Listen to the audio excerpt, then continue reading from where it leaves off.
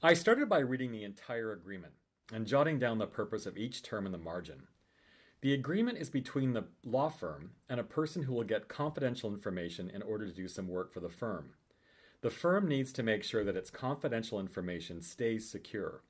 After spending some time checking that the clauses flowed logically, I was ready to edit for clarity.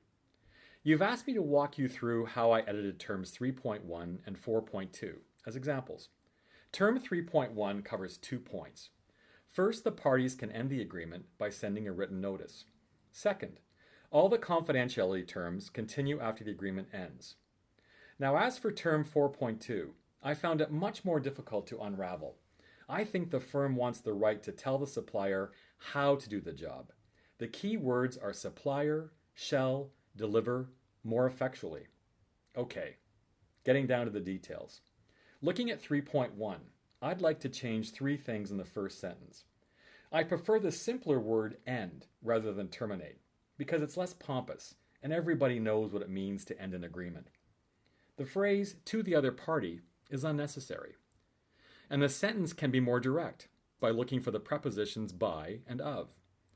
I'll edit the first sentence to read, either party can give written notice to end the agreement. Now the second sentence has a lot of words between the subject and verb. The subject is all sections, with a long modifier coming before the verb shall survive. I'm going to get rid of the long-winded modifier by boiling it down to its essence, the confidentiality term. The clause refers to other provisions, but there aren't any other terms, so that can go. And then I'm getting rid of the remain in force and shall survive, because that's all legalese.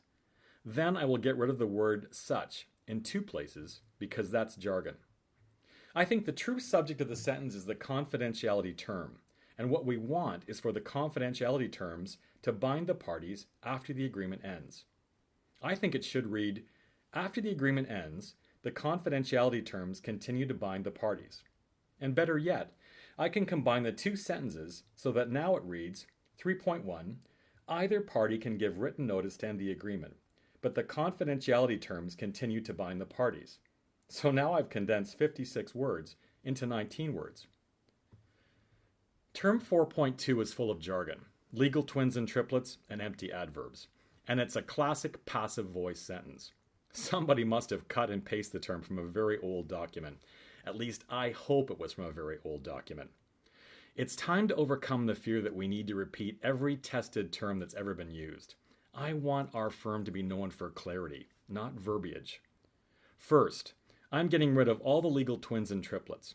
Lawyers aren't paid by the word, and when readers see these double and triple word combinations, they start to worry that they don't understand what they're reading. So there's no difference between at all times and from time to time, and they aren't really needed. Make, do, execute, deliver is a quadruplet that we can do without.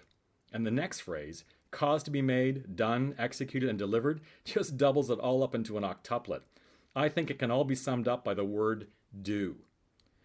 Next, we can boil down acts, deeds, assurances, and things into one word, things. Implementing and carrying out mean the same thing. And what does effectually implementing and true intent mean? Sometimes adjectives and adverbs, added for emphasis, make the sentence less clear. I winced when I read true intent.